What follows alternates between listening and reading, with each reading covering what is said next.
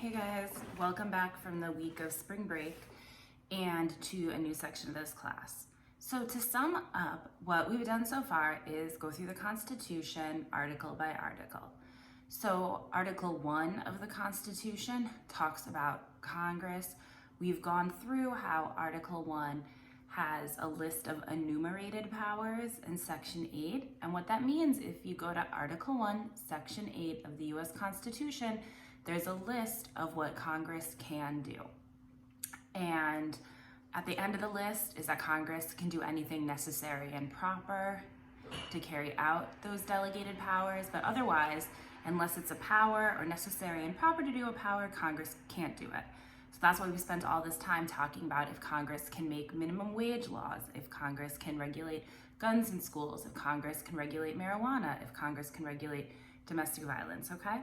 And it's because in Article 1, the first article, Section 8, the 8th part of the Constitution, it's that list of things that Congress can and cannot do.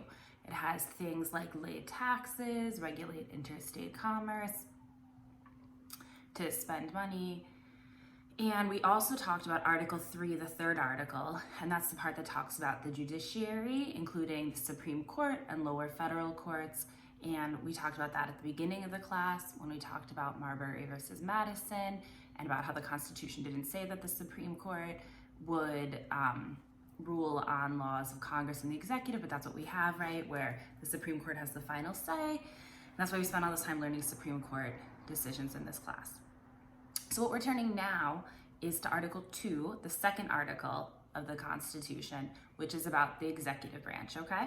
So Article 1 is the legislative branch. That's the branch that makes laws, which includes Congress.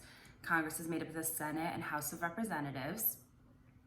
And remember, every state gets 2 senators, and House of Representatives is based on population. Then Article 3 is the judicial branch. So that's the branch about the judiciary, the courts, and the Supreme Court. And then Article 2 is the executive branch, which is the president. Now, also keep in mind 2 things that we've talked about a lot in this class when we're looking at Article 2. The first is that this was a revolution and a declaration of independence against England, which had a king. There was one monarch who was in charge of everything, right? And that monarch could tell you if you lived, if you died. The King of England could take all of your money, could take your wife, could do whatever he wanted, right? And so people in this country, when they were coming up with the new government, were very wary about having one person in charge of everything. So there was a lot of debate over whether you'd have one executive or multiple, okay? So we only have one president who's in charge of the executive branch. So the US president is in charge of the executive branch here. But that was something that was discussed a lot at the Constitutional Convention, and then maybe we should have multiple executives. So we could have 2 presidents, 3 presidents. You know, you could have an entire 12 presidents. You could have a whole group that was president. And other countries do have this, where they have prime minister type situations and other things set up where the executive, instead of being one person, is a whole branch. Just like how the legislative branch isn't a person, right? Congress isn't one person, it's all these people. You could have that for the executive too. You could have all these people who make decisions that way. But what we have is one executive.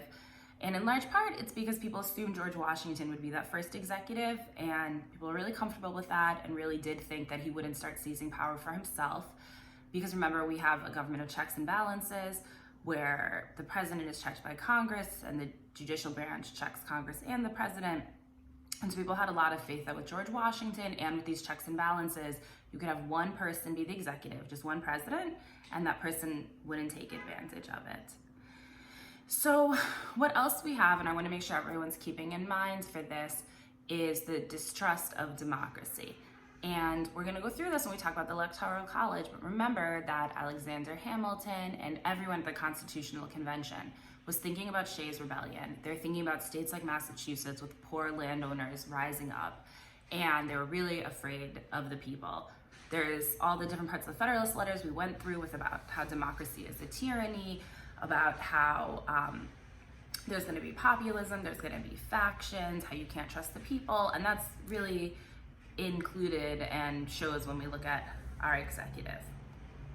So a few more things about the executive branch is that something we're going to keep in mind when we go through the rest of these videos is the role of the executive, okay?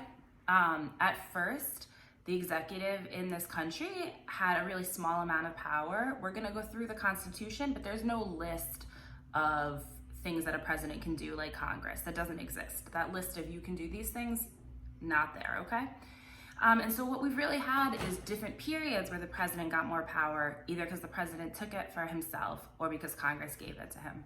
So the big periods where we see presidents getting more power is the Civil War with Abraham Lincoln, the Great Depression with FDR, which we've talked about a lot when we talked about the Commerce Clause, during the Cold War, and during the War on Terrorism. And we're going to talk about this a lot, but after 9/11, George W. Bush seized a lot of power for the executive. And we'll also talk at the end of the class about how much power Obama had, about Donald Trump, about current trends in the executive. But just know that under the original Constitution, what the executive branch would do is execute the laws, and that means carry out the laws. So the executive branch, the president, doesn't make laws, doesn't decide what laws are constitutional. It's Congress makes the laws, the Supreme Court decides if they're constitutional or not, and the president just carries out the laws or executes the laws.